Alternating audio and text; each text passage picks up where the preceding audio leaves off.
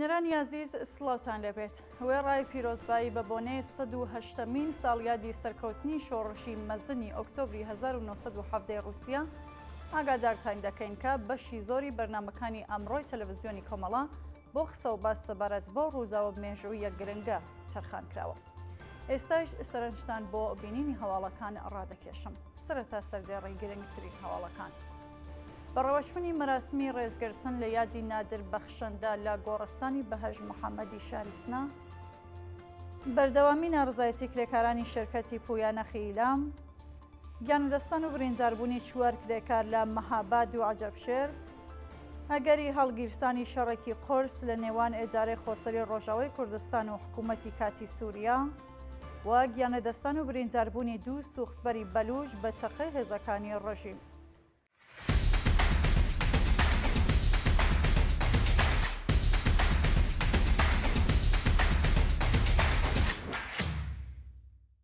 بەڕێوەچوونی مەراسمی ڕێزگرتن لە یادی نادر بەخشەندا لە گۆڕستانی بەهەژ محەممەدی شاری سنا، ڕۆژی پێنجشەممە 15 خەزەڵوەری 1404 هەتاوی مەراسمی ڕێزگرتن لە یادی نادر بەخشەندا یەکێک لە ڕێبەرانی بزوسنەوەی کرێکاری لە کوردستان وێران بە بەشداری بەرینی خەڵک و چالاکانی مەدەنی شاری سنا بەڕێوەچوو.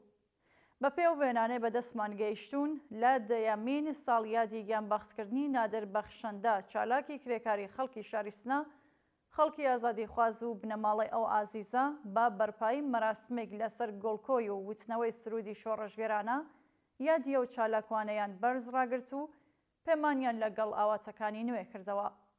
ناوبراو ڕێکەوتی 28 ڕەشەمەی 1393 هەتاوی سرەڕای ئەوەی کە نەشتەرگەری دڵی بۆ کرابوو لەلایەن هێزەکانی ئیدارەی دەسەڵاتی شاری سنەوە دەست بەسەر و پاش 61 ڕۆژە شکنجە و لێپرسینەوە لەلایەن هێزەکانی ڕژیمەوە ڕێکەوتی 16 گوڵانی 1394 هەتاوی بەدانانی بارمتەی 100 ملیۆن تمەنی بە شێوازێکی کاتی ئازاد کرا.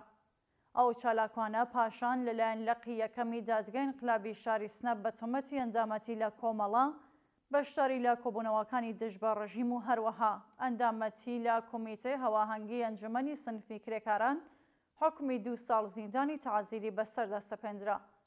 ناوبراو ڕێکەوتی 15 خەزەڵوەری هەمان ساڵ لە ماڵی خۆیدا بەهۆی نەخۆشی دڵەوە گیانی بەخت کرد و تەرمەکەی بە بەشداری بەرینی خەڵکی ئازادیخوازی شاری سنە ئەسپەردەکرا.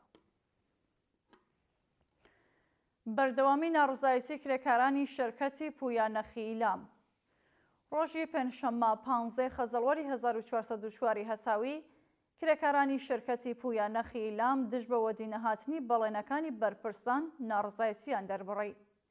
کرێکارانی ناڕازی بە بڵاوکردنەوەی ڕاگەیاندنەیەک ئاماژە بەوە دەکەن کە بۆ ماوەی زیاتر لە 8 مانگە لەلایەن بەرپرسان نێو شرکەتەوە بە بیانووی نەبوونی جاهات و خراپی دۆخی ئابووری شرکەتەکە داخراوە و زیاتر لە 170 کرێکار یەو شرکەتە نەتەنیا لەسەر کارەکانیان دەرکراون، بەڵکو هەغدەستەکانیان لەلایەن بەرپرسانەوە پێیان نەدراوە.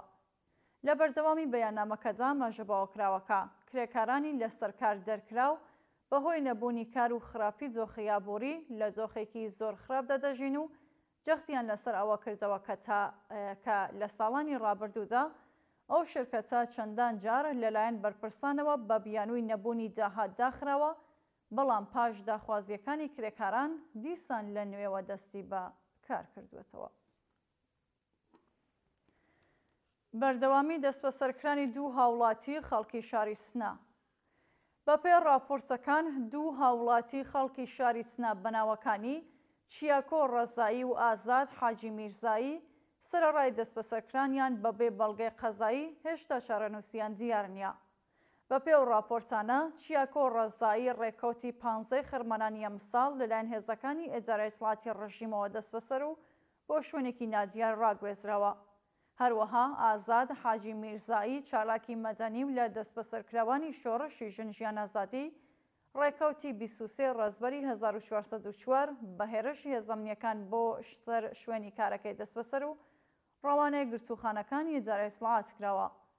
شاینی باسە سەرەڕای بەدوەداچوونی بنەماڵەی ئەو دوو هاوڵاتیە لەسەر دۆخی تەندروستی و شوێنی ڕاگرتنیان تا کاتی داڕشتنی ئەم هەواڵە زانیاریەک لە بەردەستانیە و لە مافی پەیوەندیگرتن لەگەڵ بنەماڵەکانیان بێبەشکراون.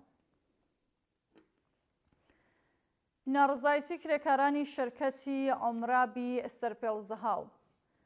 ڕۆژی پێنجشەممە 15 خەزەڵوەر کرێکارانی شەرکەتی عومراب لە شارستانی سەرپۆڵزەهاو دژ بە کەمبوونی هەغدەستەکانیان ناڕزایەتیان دەربڕی. کرێکارانی شاغەڵ لەو شەرکەتە ماژەبەوە دەکەن کە بۆ ماوەی زیاتر لە 4 مانگە لەلایەن بەرپرسانی شەرکەتەوە هەغدەستیان وەرنەگرتووە و لە جۆخێکی زۆر خراپی معیشەتیدا دەژین. لە بەردەوامی ناڕزایەتیەکاندا کرێکاران خوازیاری بەرزکردنەوەی ئاستی هەغدەست بە پێ ڕێژەی هەڵاوسان، دابینکردنی منی شوێنی کار و بیمەی دەرمانی کارامە، تەزمینی ئەمنیەتی پیشەی و هەروەها بایەختانی بەرپرسانی ڕژیم بە داخوازیەکانی کرێکاران بوون. گیانەدەستان و برینزاربوونی 4 کرێکار لە مەهاباد و عەجەبشێر. لە ڕۆژانی ڕابردوودا 4 کرێکار لە شارەکانی مەهاباد و عەجەبشێر بەهۆی نەبوونی منی شوێنی کارە تووشی ڕوودا بوون و کرێکاری گیانی لەدەستا. بەپێ راپۆرسەکان کرێکارێکی کەندنی چای ئاو لە شاری مەهاباد بەهۆی ڕووخانی دیواری بیرەکە بەسەریجا گیانی لەدەستاوە. هاوکات بەهۆی تەقینەوەی پۆمپی بنزین لە شارستانی عەجەبشێر 3 کرێکاری شاغڵ لەو شوێنە بە سەختی بریندار و ڕەوانەی نەخۆشخانەکران. شایانی باسە بەهۆی بایەخنەدانی بەرپرسانی ڕژیمی کۆماری ئیسلامی بە ئیمنی شوێنی کاری کرێکاران، ساڵی ڕابردوو 1042 کرێکار لە ڕووزاوە کرێکاریەکاندا گیانیان لەدەستاوە و بە هەزاران کەسی دیکەش برینداریان کەمەندان بوون. ئاگەری هەڵگیرسانی شەڕێکی خۆرس لە نێوان ئێجارەی خۆسەری ڕۆژاوای کوردستان و حکوومەتی کاتی سووریا. ڕۆژی ڕابردوو سیپان حەمۆ فەرماندەی باڵای هێزەکانی سووریای دموکراتیک لە چاوپێکەوتنێک لەگەڵ ئاژانسی هەواڵی ئەلمانیتۆر ڕایگەیاندووە کە ئەگەری شەڕی نێوان ئێجارەی خۆسەری ڕۆژاوای کوردستان و حکوومەتی کاتی سووریا لارادایە. سیپان حەمۆ ئاماژەبەوە دەکات کە سەرەڕای واژۆکرانی ڕێکەوتنامەی 10 مارسی 2025 زاینی لە نێوان مەزلوم عەبدی و ئەحمەد شەرع پرۆسەی یەکگرتنی هێز و دامەزراوە سەربازیەکان لەلایەن حکوومەتی سووریاوە ڕاگیراوە. ناوبراو جەخت لەسەر ئەوە دەکاتەوە کە حکوومەتی کاتی سووریا خوازیاری توانەوەی ناسنامەی نەتەوە جیاوازەکانی سووریا لە ناسنامەی خۆیدایە و لە بەردەوامی ئەم دۆخە ئاگەری هەڵگیرسانی شەڕێکی دیکەی ناوخۆ لە سووریا بەهێزتر دەکات. هێرشی هێزەکانی ڕژیمی کۆماری ئیسلامی بۆ سەر بازاڕی زاهیدان.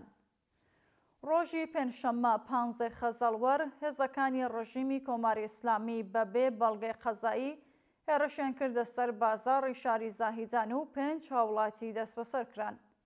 بە پێو وێنانەی بەدەستمان گەیشتوون، هێزەکانی ڕۆژیم با کەرەستێکی سەربازی زۆرەوە هێرشیان کردووەتە سەر دوکاندارانی ئەو بازاڕە و پاش گەڕانی دوکانی هاوڵاتیان 5 دوکاندار بە توندوتیژەوە دەست بەسەر و ڕەوانەی شوێنێکی نادیار کراون.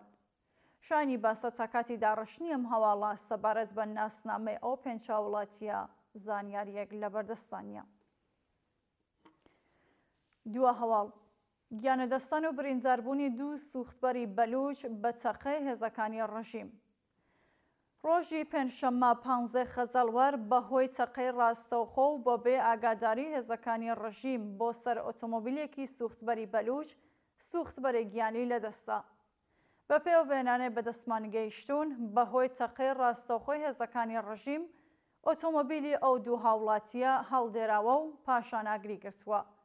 لەم ڕووزاوەدا هاوڵاتێکی بەلوچ بە ناسناوی موسا بەهۆی سووتانی جەستەی لە ئاگرەکەدا گیانی لەدەستەوە و هاوڵاتێکی دیکەش کە هێشتا ناسناوی بەدەستمان نەگەیشتووە بە سەختی بریندار و ڕەوانەی نەخۆشخانەکراوە. شانی باسە ساڵانی ڕابردوو بەهۆی چەقەی ڕاستەوخۆی هێزەکانی ڕژیم و ڕووزانی ڕووزاوی هاتووشۆ لانی کەم 240 سوختبەری بەلوچ گیانیان لەدەستەوە و 135 کەسی دیکەش برینداریان کەمەندان بوون. بینەرانی خۆشەویست هەواڵەکانتان پێشکەشکرا هەر شاد و ئاسوودە.